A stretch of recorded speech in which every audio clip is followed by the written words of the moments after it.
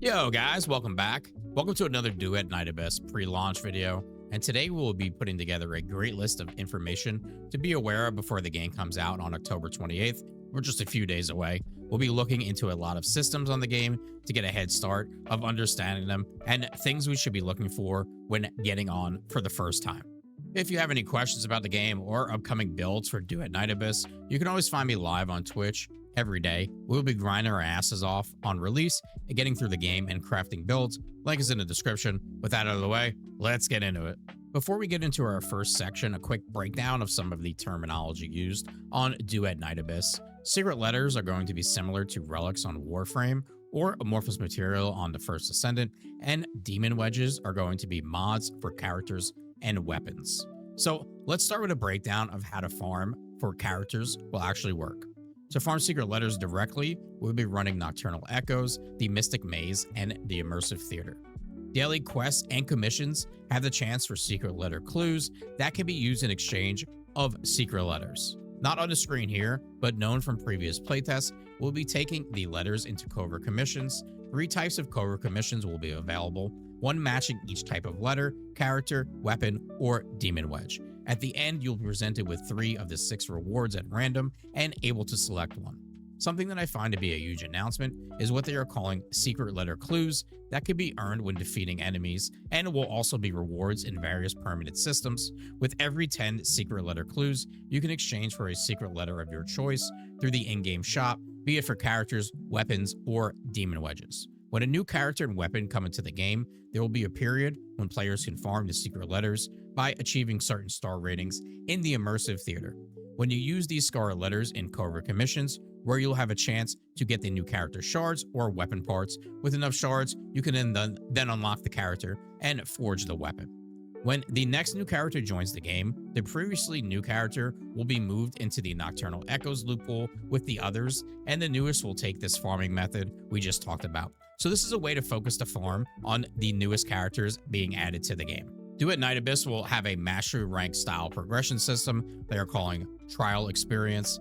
In a previous dev stream, they gave a preview of what this will consist of, and very similar to games like Warframe and the First Ascendant, you will need to level up weapons, characters, and pets, along with other things like quest completions, adding XP.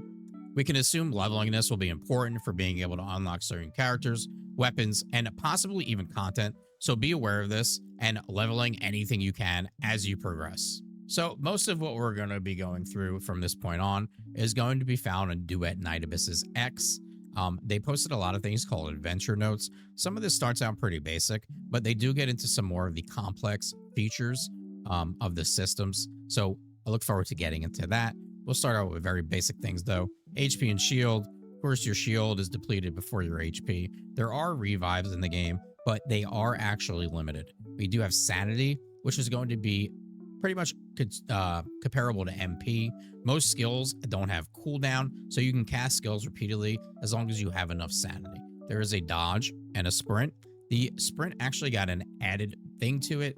If you hold down the sprint for more than 2 seconds, you enter a faster sprint state, and you can also remove your finger from the button and continue to sprint at that speed. Now, there is something called Helix Leap.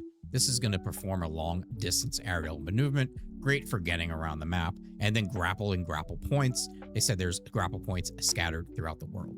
Bosses are going to have a stance bar, which when you do break your stance bar, you will be able to use Ass Retribution on them, and this is going to deal a massive damage attack on the boss. And then there's something called Divide and Destroy. Some bosses have destructible parts, each with independent HP. Destroying all parts temporarily incapacitates the boss.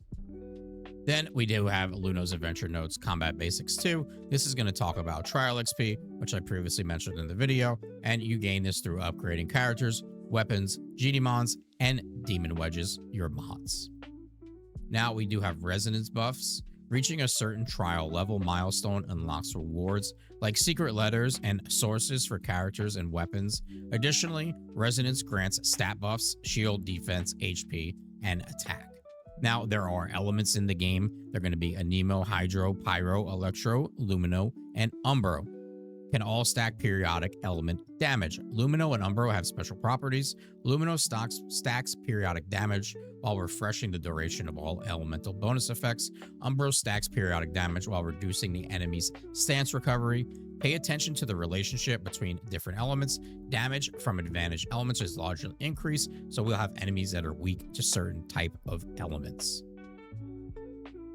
Now, weapon systems, we have melee and we have ranged. Your melee weapons are going to be your greatsword, your dual blades, your katana, polearm, sword, and whip sword. And for ranged weapons, we're going to have bows, grenade launchers, dual pistols, assault rifle, pistols, and shotguns. Then we have damage types and attack patterns, which is something very important in here.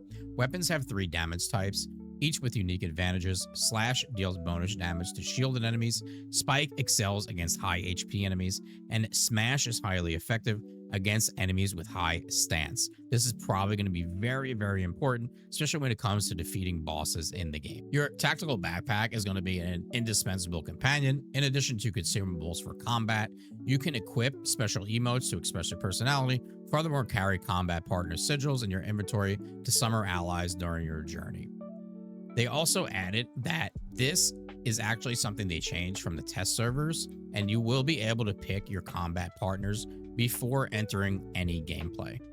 Combat partner summoning limits. The number of combat partners you can summon varies based on party size. So if you're in a co-op with one other person, you guys can have one party partner. But if you're in a group of 3, you will not be able to summon any. But if you're solo, you'll be able to summon the 2 that you like, that match your playstyle.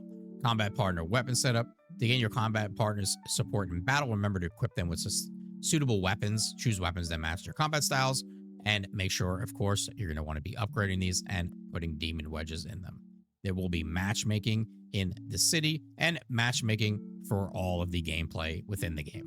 Now we get into some advanced gameplay, and this is going to be about demon wedges, which, as I mentioned, are similar to mods. They can enhance characters as well as melee and range weapons. Equipping different demon wedges grants various attribute and trait buffs. Weapon demon wedges can even alter the weapon's original attack patterns. More remarkable applications of demon wedges await. Now, for acquiring demon wedges, we talked about this earlier, and it's going to be very similar to the way that we're farming for characters and weapons. Now, there is something called demon wedge tolerance, and this is going to be basically your mod capacity. Each character is going to have a certain capacity. Each mod is going to have a certain capacity to it, and it's similar where we can catalyze our slot to match that symbol type and then cut that capacity in half, similar to Warframe and the First Ascendant. So as we can see here, these are going to be these slots, and once catalyzed, the cost is going to be cut in half, so from 19 down to 10. Then there's something called the Demon Wedge Casket. This is a compendium documenting the effects of various demon wedges. Collecting all these demon wedges grants special rewards. This is kind of like a collections page for all your mods, but this gives rewards as you continue to collect them. Now we have commissions, which is part of the farming loop for characters, weapons, and demon wedges. These quest objectives vary widely, such as eliminating enemies, escorting targets, defending objectives. Rewards differ accordingly, allowing you to choose commissions based on your needs. When accepting a commission, you can consume a commission manual to increase the completion rewards by a certain multiplier. Then we have impression checks. This is basically going to be throughout the story where you select a certain dialogue, and it's going to affect your overall benefit, morality, wisdom, empathy, and chaos for your account. Then we have the Lunagy's shop. Lunagy appreciates individuals with personality. Once your impression attributes reach certain levels, visit the shop to exchange for rare materials and accessory blueprints. We have the forge system. The forge system is going to be where we craft equipment, accessories, and we can do demon wedges by consuming materials. However, forging items takes time. You can use a toy hammer to speed up the process and obtain finished products quickly. And then we have forged blueprints. Every item across the world requires different forging materials. If you wish to check the material list for a specific item, consult the blueprint to prepare the necessary resources in advance. Something we see in the First Ascendant, because they have such a good codex in that game, is you can go to the weapon and then see all the pieces and how much you're going to need for it.